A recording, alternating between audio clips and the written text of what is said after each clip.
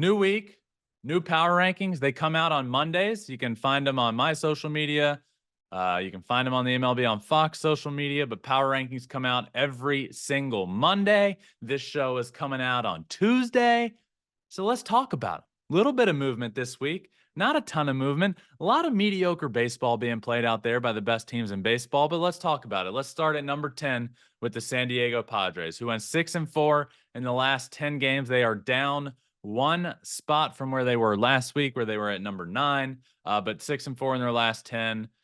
Right on the, they're teetering right on the edge there of a playoff spot. They're in good shape, but just you gotta get some improvement from Dylan Cease, who is a big addition for them, and you got to get healthy. You got to get some arms back. You got to get Tatis back. You got to get, man, they just, you got to get rolling, but they're fine. They're here at number 10. At number 9, not ranked last week, the Boston Red Sox. Just talked all about them. They deserve so much credit for where they are right now. They're 49-40 entering this new week. They were in the top 10 and bumped them out for, I think, maybe 1 week, maybe 2. The Astros crept in here, but the Red Sox are back in, taking that spot, but now up at number 9. At number 8, the Atlanta Braves. Not a lot. This is where things get really mediocre for the rest of the teams. 5-5 in their last 10 games, just treading water. Not a lot to talk about here. The Braves staying put at number 8. At number 7, the New York Yankees. Down 2 spots, worst record in baseball in their last 20 games.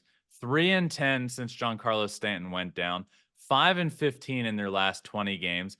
Luis Gil has lost 4 straight starts. That's been a real tough watch lately. Great start to the year, really bad last month or so. Anthony Rizzo being out. The injuries are a problem, but so is the offensive output they're getting from everybody in the lineup, not named Juan Soto and Aaron Judge. Honestly, Juan Soto, even over the last 15 games or so has been in a rough patch, but overall a good season. Anthony Volpe, pretty good season as well, but man, 4 through 9 in that lineup right now is just not competitive. So they've gone from the number 1 spot to the number 2 spot to the number 5 spot to now the number 7 spot in the span of 3 or 4 weeks. It's been brutal for the New York Yankees. Their lows are too low. They can be really good, but when they're bad, they are really, really bad. And it's getting bad quickly for the New York Yankees. They're down here at number 7. At number 6, the team in the top 10, probably playing the best baseball right now. The Minnesota Twins, 7-3 in their last 10. They're up 1 spot. They got fantastic production coming from places in the lineup that you didn't really expect it. Willie Castro, not only would I say could have been an all-star, dare I say should have been an all-star. Joe Ryan should have been an all-star.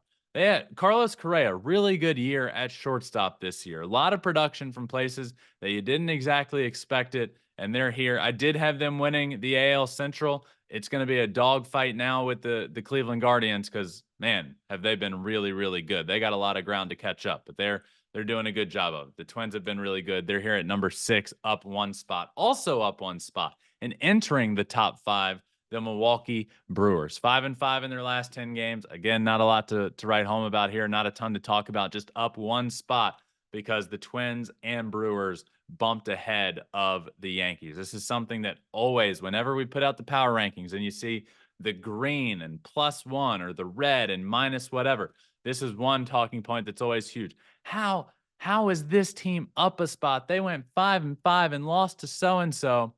No, they are up 1 spot because the Yankees went down 2. Naturally, somebody's got to go up if somebody's going down. That's the way the cookie crumbles. Let's keep rolling. Number 4, the Los Angeles Dodgers, also 5-5 in their last 10 games. Losing that series to the Arizona Diamondbacks. Christian Walker owns Dodger Stadium. Dare I say, Dodger Stadium is now Christian Walker Stadium. We'll think of a catchier name. Just thought of it here in the moment.